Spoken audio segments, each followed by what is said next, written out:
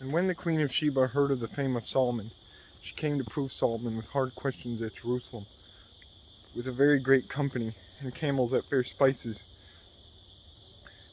and gold in abundance, and precious stones. And when she was come to Solomon, she communed with him of all that was in her heart. And Solomon told her all her questions, and there was nothing hid from Solomon which he told her not. When the Queen of Sheba had seen the wisdom of Solomon, and the house that he had built, and the meat of his table, and the sitting of his servants, and the attendance of his ministers, and their apparel, his cupbearers also, and their apparel, and his ascent, by which he went up into the house of the Lord, there was no more spirit in her. And she said to the king, It was a true report which I heard in mine own land of thine acts and of thy wisdom. Howbeit I believed not their words, until I came, and mine eyes had seen it. And behold, the one half of the greatest of thy wisdom was not told me. For thou exceedest the fame that I heard. Happy are thy men, and happy are these thy servants, which stand continually before thee, and hear thy wisdom. Blessed be the Lord thy God, which delighted in thee to set thee on his throne, to be king for the Lord thy God, because thy God loved Israel, to establish them forever. Therefore made he king over them, to do judgment and justice. And she gave the king 120 talents of gold, and spices of great abundance, and precious stones. Neither was there any such spice as the Queen of Sheba gave King Solomon. And the servants also of Hiram, and the servants of Solomon, which brought gold from Ophir, brought algum trees and precious stones. And the king made of the algum trees terraces to the house of the Lord, and to the king's palace, and harps and psalteries for singers.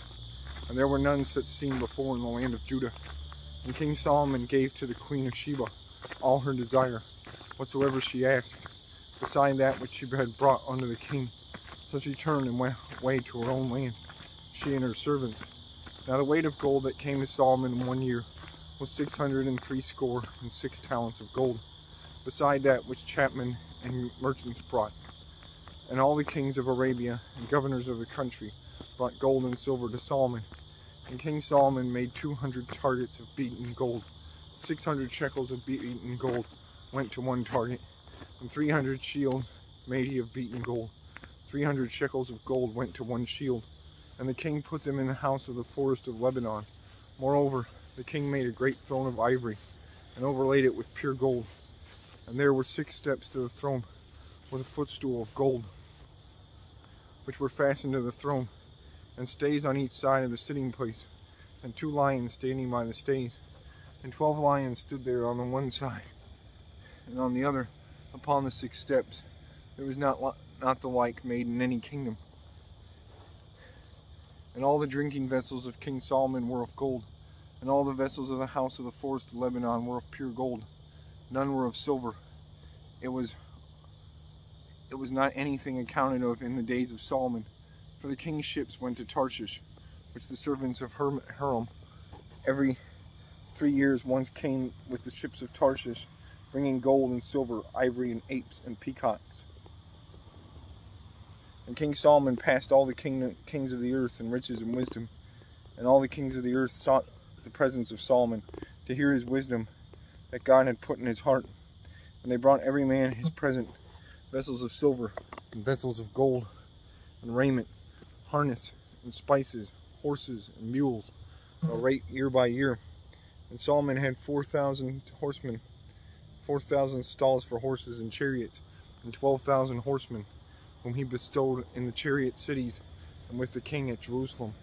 And he reigned over all the kings from the river even unto the land of the Philistines, and to the border of Egypt. And the king made silver in Jerusalem as stones, and cedar trees made he as the sycamore trees that are in the low plains in abundance. And they brought unto Solomon horses out of Egypt, and out of all lands. Now the rest of the acts of Solomon, first and last, are they not written in the prophecy? Are they not written in the book of Nathan the prophet, and in the prophecy of Ahijah the Shilonite, and in the visions of Iddo the seer against Jeroboam the son of Nebat? And Solomon reigned in Jerusalem over all Israel 40 years. And Solomon slept with his fathers, and he was buried in the city of David his father, and Rehoboam his son reigned in his stead.